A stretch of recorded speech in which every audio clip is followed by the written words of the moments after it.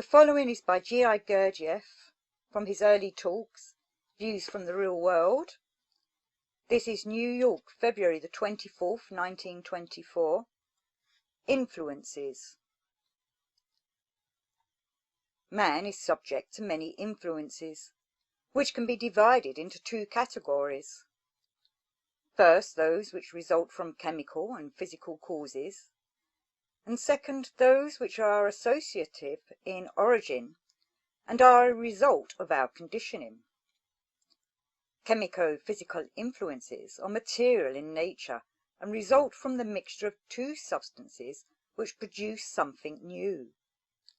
They arise independently of us. They act from without. For example, someone's emanations may combine with mine. The mixture produces something new. And this is true not only of external emanations. The same thing also happens inside a man. You perhaps have noticed that you feel ill at ease or at ease when someone is sitting close to you. When there is no accord, we feel ill at ease. Each man has different kinds of emanations with their own laws, allowing of various combinations. Emanations of one center form various combinations with emanations of another center. This kind of combination is chemical. Emanations vary, even depending on whether I had tea or coffee. Associative influences are quite different. If someone pushes me or weeps, the resulting action on me is mechanical. It touches off some memory, and this memory or association gives rise in me to other associations, and so on. Owing to this shock, my feelings, my thoughts change. Such a process is not chemical, but mechanical. These two kinds of influences come from things that are near to us. But there are also other influences which come from big things, from the earth, from the planets, and from the sun, where laws of a different order operate. At the same time, there are many influences of these great entities which cannot reach us if we are wholly under the influence of small things. First, to speak about chemico-physical influences. I said that man has several centers.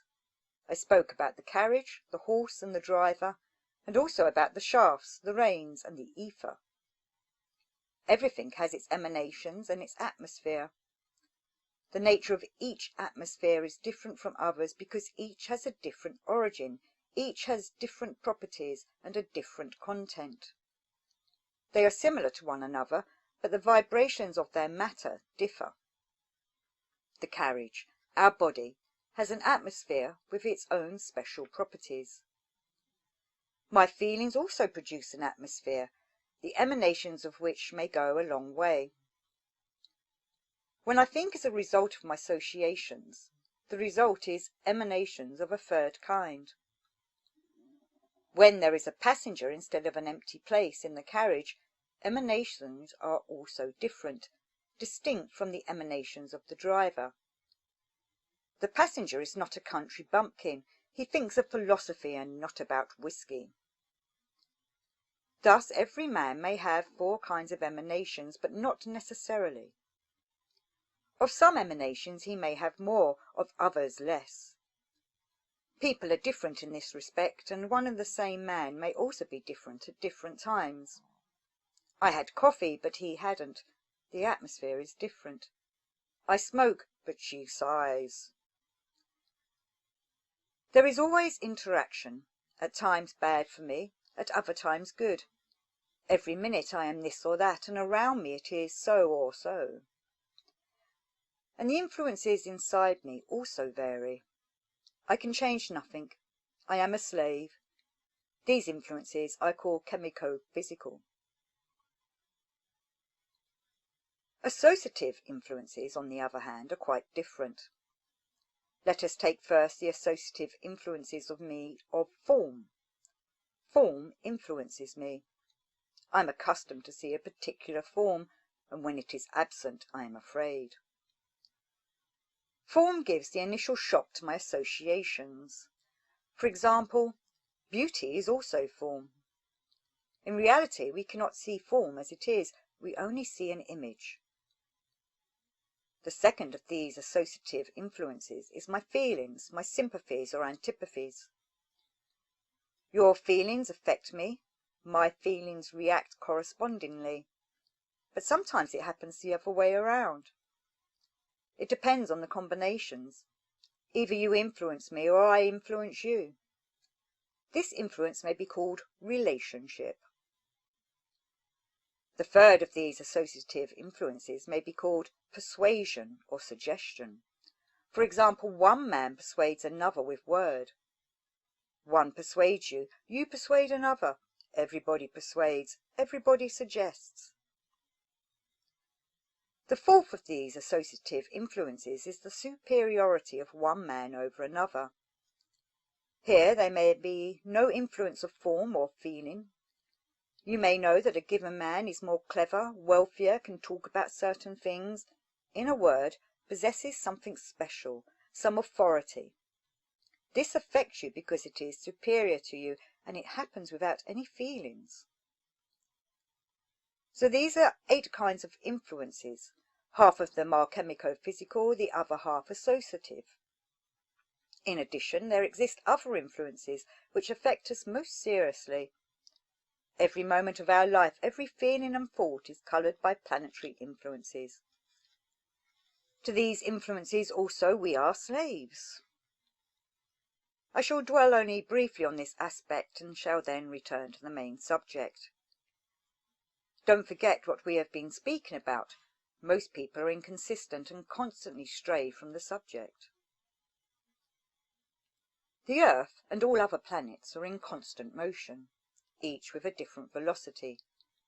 Sometimes they approach one another, at other times they recede from one another. Their mutual interaction is thus intensified or weakened, or even ceases altogether.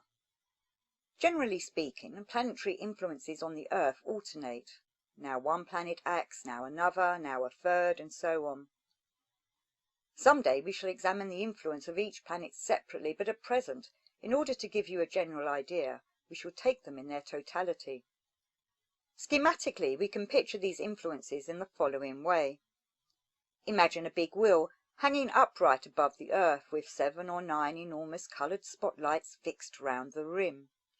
The wheel revolves, and the light of now one and now another projector is directed toward the Earth. Thus the Earth is always coloured by the light of the particular projector which illuminates it at a given moment. All beings born on Earth are coloured by the light prevailing at the moment of birth, and keep this colour throughout life. Just as no effect can be without cause, so no cause can be without effect. And indeed, planets have a tremendous influence both on the life of mankind in general and on the life of every individual man. It is a great mistake of modern science not to recognize this influence. On the other hand, this influence is not so great as modern astrologers would have us believe. Man is a product of the interaction of 3 kinds of matter: positive, atmosphere of the Earth; negative, minerals, metals; and a third combination, planetary influences, which comes from outside and meets these 2 matters. This neutralizing force is the planetary influence which colours each newly born life. This colouring remains for the whole of its existence. If the colour was red, then when this life meets with red, it feels in correspondence with it. Certain combinations of colours have a calming effect, others are a disturbing effect. Each colour has its own peculiar property. There is a law in this. It depends on chemical differences. There are, so to speak, congenial and uncongenial combinations.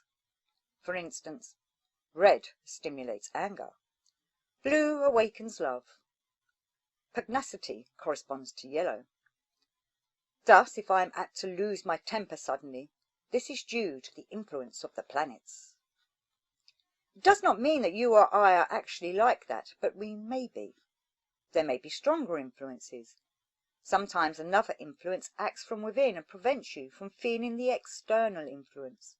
You may have such a strong preoccupation that you are, as it were, encased in armour.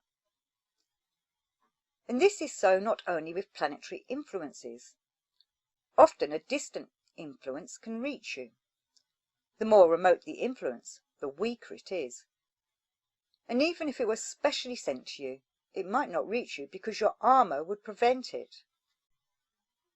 The more developed a man is, the more he is subject to influences. Sometimes wishing to free ourselves from influences, we get free of one and fall under many others, and so become even less free, even more slaves. We have spoken of 9 influences. Always everything influences us. Every thought, feeling, movement is a result of one or another influence. Everything we do, all our manifestations are what they are because something influences us from without. Sometimes this slavery humiliates us, sometimes not. It depends on what we like. We are also under many influences which we share in common with animals. We may want to get free from 1 or 2, but having got free of them, we may acquire another 10. On the other hand, we do have some choice, that is, we can keep some and free ourselves of others. It is possible to become free of 2 kinds of influences. To free oneself of chemico-physical influences, one has to be passive. I repeat, these are the influences which are due to the emanations of the atmosphere of the body, of feeling, of thought, and in some people also of ether. To be able to resist these influences, one has to be passive. Then one can become a little freer of them. The law of attraction operates here. Like attracts like. That is, everything goes towards the place where there is more of the same kind. To him who has much, more is given. From him who has little, even that is taken away. If I am calm, my emanations are heavy, so other emanations come to me and I can absorb them, as much as I have room for. But if I am agitated, I have not enough emanations, for they are going out to others. If emanations come to me, they occupy empty places, for they are necessary where there is a vacuum. Emanations remain where there is calm, where there is no friction, where there is an empty place. If there is no room, if everything is full, emanations may hit against me, but they rebound or pass by.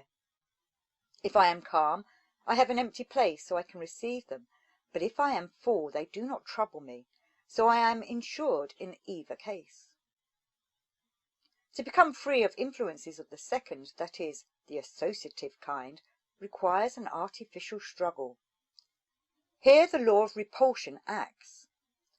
This law consists in the fact that where there is little, more is added, that is, it is the reverse of the first law. With influences of this kind, everything proceeds according to the law of repulsion. So for freeing oneself from influences, there are 2 separate principles for the 2 different kinds of influences. If you want to be free, you must know which principle to apply in every particular case. If you apply repulsion where attraction is needed, you will be lost. Many do the reverse of what is required. It is very easy to discriminate between these 2 influences. It can be done at once. In the case of other influences, one has to know a great deal. But these 2 kinds of influences are simple. Everyone, if he takes the trouble to look, can see what kind of influence it is. But some people, although they know that emanations exist, don't know the difference between them. Yet it is easy to distinguish emanations if one observes them closely. It is very interesting to embark upon such a study. Every day one obtains greater results. One acquires a taste for discrimination. But it is very difficult to explain it theoretically. It is impossible to obtain a result immediately and become free from these influences at once. But study and discrimination are possible for everyone. Change is a distant goal, requiring much time and labour.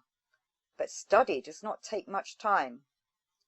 Still, if you prepare yourselves for the change, it will be less difficult. You won't need to waste time on discrimination. To study the second or associative kind of influence, it's easier in practice. For instance, take influence through form. Either you or I influence the other. But form is external. Movements, clothes, cleanliness or otherwise, what is generally called the mask. If you understand, you can easily change it.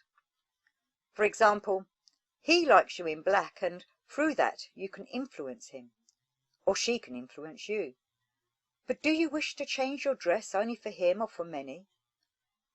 Some want to do it only for him, others not. Sometimes a compromise is necessary. Never take anything literally. I say this only as an example.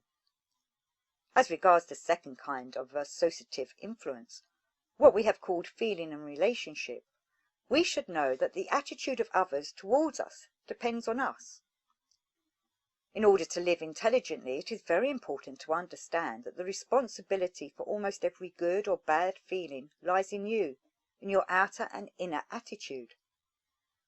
The attitude of other people often reflects your own attitude. You begin and the other person does the same. You love, she loves, you are cross, she is cross. It is a law. You receive what you give. But sometimes it is different. Sometimes one should love one and not love another. Sometimes if you like her, she does not like you, but as soon as you cease to like her, she begins to like you. This is due to chemico-physical laws. Everything is the result of three forces. Everywhere there is affirmation and negation, cathode and anode. Man, earth, everything is like a magnet. The difference is only in the quantity of emanations. Everywhere two forces are at work, one attracting, another repelling. As I said, man is also a magnet. The right hand pushes, the left hand pulls, or vice versa. Some things have many emanations, some less, but everything attracts or repels. Always there is push and pull, or pull and push. When you have your push and pull well balanced with another, then you have love and right adjustment. Therefore, results may be very different. If I push and he pulls correspondingly, or if the same thing is done not correspondingly, the result is different.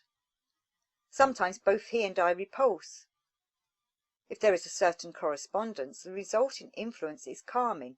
If not, it is the reverse. One thing depends on another. For instance, I cannot be calm. I push and he pulls. Or I cannot be calm if I cannot alter the situation. But we can attempt some adjustment.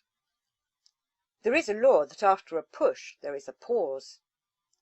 We can use this pause if we can prolong it and not rush forward to the next push. If we can be quiet, then we can take advantage of the vibrations which follow a push.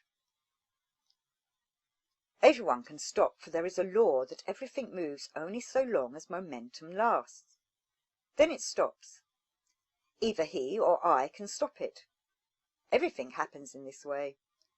A shock to the brain and vibrations start. Vibrations go on by momentum, similar to rings on the surface of water if a stone is thrown in. If the impact is strong, a long time elapses before the movement subsides. The same happens with vibrations in the brain. If I don't continue to give shocks, they stop, quiet down. One should learn to stop them. If I act consciously, the interaction will be conscious. If I act unconsciously, everything will be the result of what I am sending out. I affirm something, then he begins to deny it. I say this is black. He knows it is black, but he is inclined to argue and begins to assert that it is white. If I deliberately agree with him, he will turn around and affirm what he denied before. He cannot agree because every shock provokes in him the opposite. If he grows tired, he may agree externally, but not internally. For example, I see you. I like your face. This new shock, stronger than the conversation, makes me agree externally. Sometimes you already believe, but you continue to argue. It is very interesting to observe other people's conversation if one is oneself out of it. It is much more interesting than the cinema. Sometimes two people speak of the same thing. One affirms something another does not understand but argues, although he is of the same opinion. Everything is mechanical. About relationships, it can be formulated like this. Our external relationships depend on us. We can change them if we take the necessary measures. The third kind of influence, suggestion, is very powerful. Every person is under the influence of suggestion. One person suggests to another. Many suggestions occur very easily, especially if we don't know that we are being exposed to suggestion. But even if we do know, suggestions penetrate. It is very important to understand one law.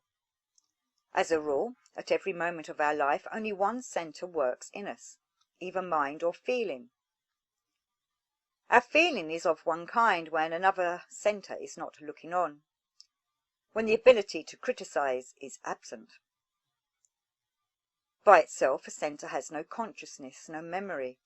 It is a chunk of a particular kind of meat without salt, an organ, a certain combination of substances which merely possesses a special capacity of recording.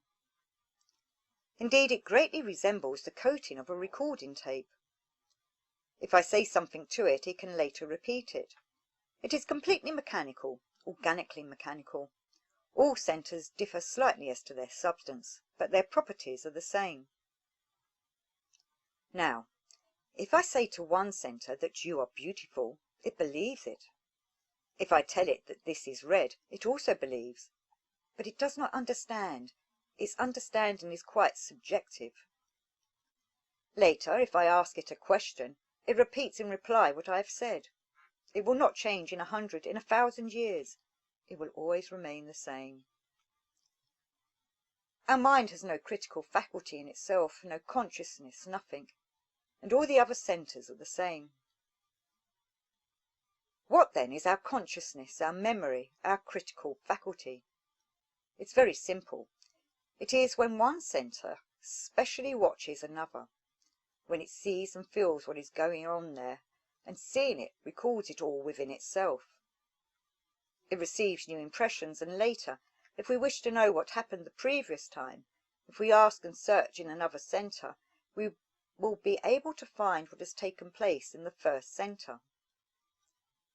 It is the same with our critical faculty. One centre watches another. With one centre we know that this thing is red, but another centre sees it as blue. One centre is always trying to persuade another. This is what criticism is. If two centres go on for a long time disagreeing about something, this disagreement hinders us in thinking about it further. If another centre is not watching, the first continues to think as it did originally. We very seldom watch one centre from another, only sometimes perhaps 1 minute a day. When we sleep, we never look at one centre from another. We do so only sometimes when we are awake. In the majority of cases, each centre lives its own life. It believes everything it hears without criticism and records everything as it has heard it. If it hears something it has heard before, it simply records. If something it hears is incorrect, for instance, something was red before and is blue now, it resists, not because it wants to find out what is right, but simply because it does not immediately believe. But it does believe. It believes everything. If something is different, it only needs time for perceptions to settle down. If another centre is not watching at the moment, it puts blue over red. And so blue and red remain together, and later, when we read the records, it begins to answer red. But blue is just as likely to pop out. It is possible for us to ensure a critical perception of new material if we take care that during perception Another centre should stand by and perceive this material from a side. Supposing I now say something new. If you listen to me with one centre, there will be nothing new for you in what I am saying. You need to listen differently. Otherwise, as there was nothing before, so there will be nothing now. The value will be the same. Blue will be red or vice versa, and again there will be no knowledge. Blue may become yellow. If you wish to hear new things in a new way, you must listen in a new way. This is necessary not only in the work but also in life. You can become a little more free in life, more secure, if you begin to be interested in all new things and remember them by new methods. This new method can be understood easily. It would no longer be wholly automatic, but semi-automatic. This new method consists in the following. When thought is already there, try to feel. When you feel something, try to direct your thoughts on your feeling. Up to now, thought and feeling have been separated. Begin to watch your mind. Feel what you think. Prepare for tomorrow and safeguard yourselves from deceit. Speaking generally, you will never understand what I wish to convey if you merely listen. Take all you already know, all you have read, all you have seen, all you have been shown. I am certain that you understand nothing of it. Even if you ask yourselves sincerely, do you understand why 2 and 2 make 4? You will find that you are not sure even of that. You only heard somebody else say so, and you repeat what you have heard. And not only in questions of daily life, but also in higher, serious matters, you understand nothing. All that you have is not yours. You have a garbage can and, until now, you have been dumping things into it. There are many precious things in it which you could make use of. There are specialists who collect all kinds of refuse from garbage cans. Some make a lot of money this way. In your garbage cans you have enough material to understand everything. If you understand, you will know everything. There is no need to gather more into this garbage can. Everything is there. But there is no understanding. The place of understanding is quite empty. You may have a great deal of money that does not belong to you, but you would be better off to have far less, even $100 that is your own, but nothing you have is yours. A large idea should be taken only with large understanding. For us, small ideas are all we are capable of understanding, if even these. Generally, it is better to have a little thing inside than something big outside. Do it very slowly. You can take anything you like and think about it, but think in a different way than you have thought before.